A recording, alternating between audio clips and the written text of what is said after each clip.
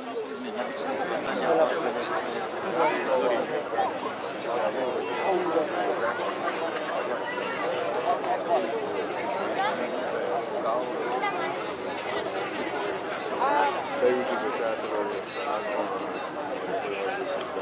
mám teda pri sebe Luboša a Peťa. Peťo, aký máš ty typ? Čo sa ti páči? Som sa hlavne tešil na tých Red Bullecov, že vraj to budeš fičovať, švarcováš.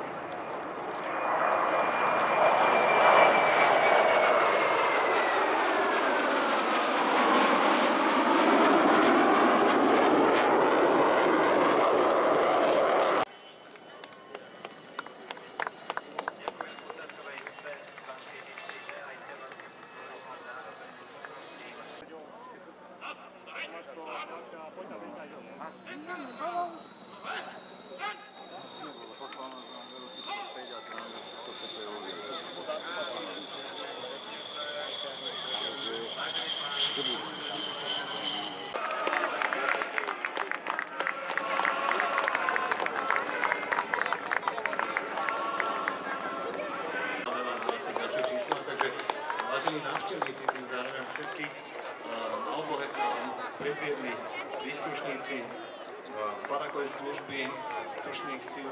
Sme my pripravení, máme také síly a prostriedky v našom pohotovostnom systéme, ktoré sú schopné pôsobiť proti akémukoľvek lietadlu. Takže momentálne máme možnosť vidieť prvé lietadlo, ktoré letí MiG-29. Je lietadlo vedúci pilot, ktorý navádza, v tomto prípade Airbus, do letky ministerstva vnútra. Toto lietadlo má vysunutý podvozok a signalizuje, že tu má nastavené.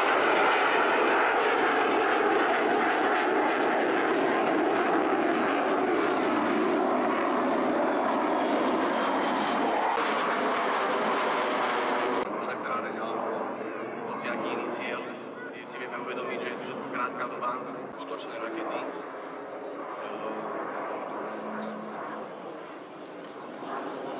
Majú skutočné rakety na odpalovanie ciele s vyčarovaním. Aj dnes slúžia v podstate 24-hodinovej službe, ráno nastúpili až zajtra. Šťastný v odzovkách a bude musieť si to teda tú službu odslúžiť. No viac menej to tak aj niekedy vyzerá. Skutočne je treba si uvedomiť, že naozaj sú to aj sviatky, máme rodiny, máme deti. Takže našťastie máme aj mladých pilotov. Tých som povedal asi všetko, ale nie, je to skutočne, je to férová hra. My sa vždy dohodneme, vždy sa dohodneme, kto bude slúžiť a proste nejakým spôsobom posunúť sa dopredu. I napriek tomu, že sme vycvičení na nejakej úrovni, každá táto možnosť prináša možnosť naučiť sa niečo. Veľmi ceneným artiklom na manévro-vzdušný boj, už len z toho dôvodu, že pre mnohých zahraničných našich kolegov to bol považovaný agresor.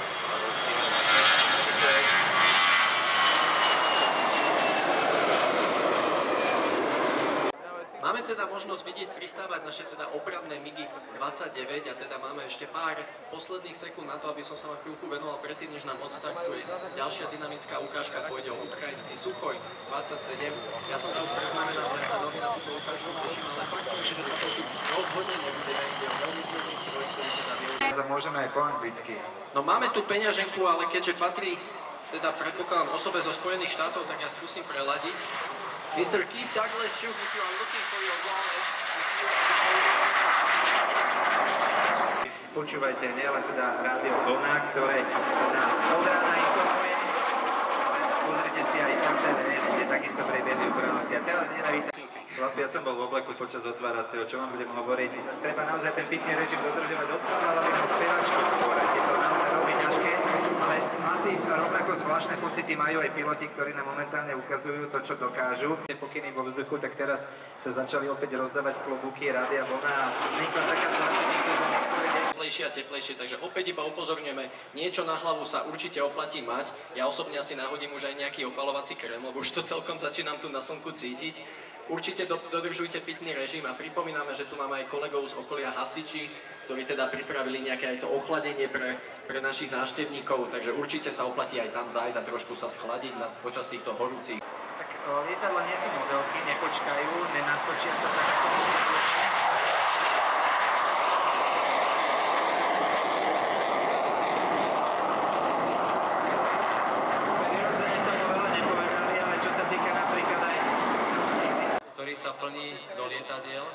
A všetci tí, ktorí poznajú vôňu tohto krásneho benzínu, tak vedia, o čom lietanie je. Niekedy som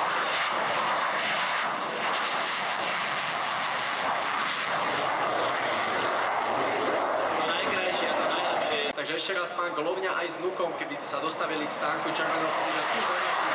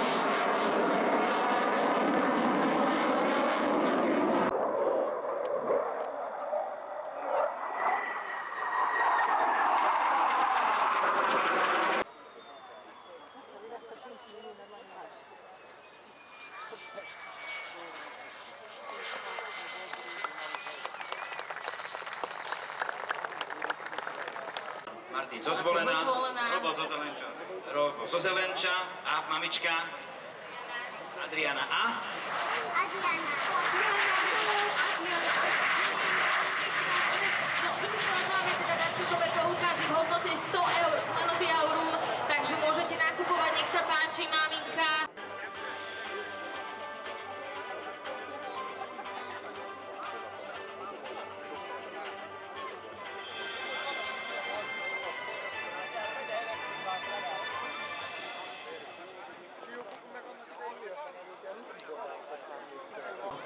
Ak máte chuť a čas, zamávame prvému z migov, ktorý začína generačné partnerské stretnutie.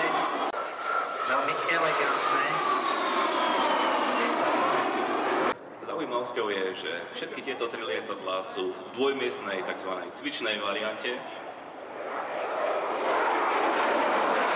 Jedinečný kurz, už to tu asi bolo povedané, keď som bol na Gramiade, podarilo sa to chlapom z Českej asociácie alebo z Českej spoločnosti Flying Legends a je to snáď v súčasnosti jediné živé lietadlo MiG-15 rutina európskeho vojna. V úlohe záchytného lietadla pre pomalu letiace ciele. Vy, ktorí máte v láske a videli ste a boli ste fascinovaní majstrovstvom očovských bačov, tak práve v tejto chvíli sa začína ich autogramiada. Takže opäť, ak sa presuniete po našej ľavej ruky, tam vidíte. A toto je už charakteristická silueta MiGu MiG-29 s dvoma smerovými kormidlami a širokým tzv. Hybridným krídlom. Čo sa týka techniky pristátia, je niečím špecifická, že ako nahne ten trup lietadla, akým spôsobom sa dostáva do nejakej pozície?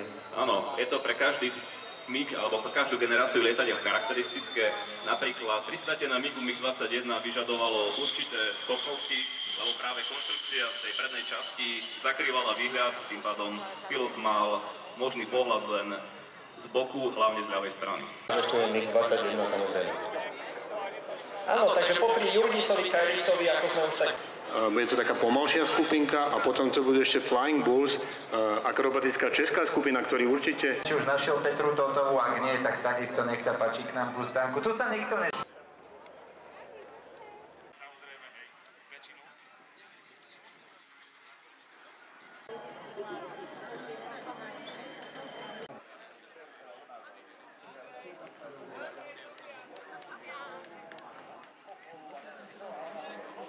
na tomto poduje. Tak si výber, povedz, že Vltron, vrtuľník alebo stíhačka. Kedy ste leteli najposlednejšie? 15-16. Volám Davidko. Volakovič.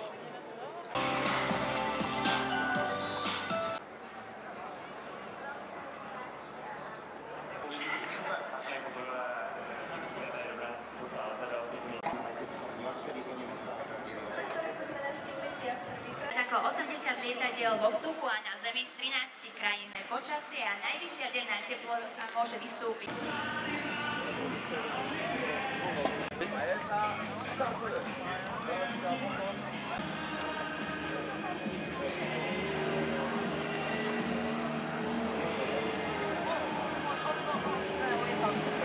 Na tabaku sú 20 ľudí.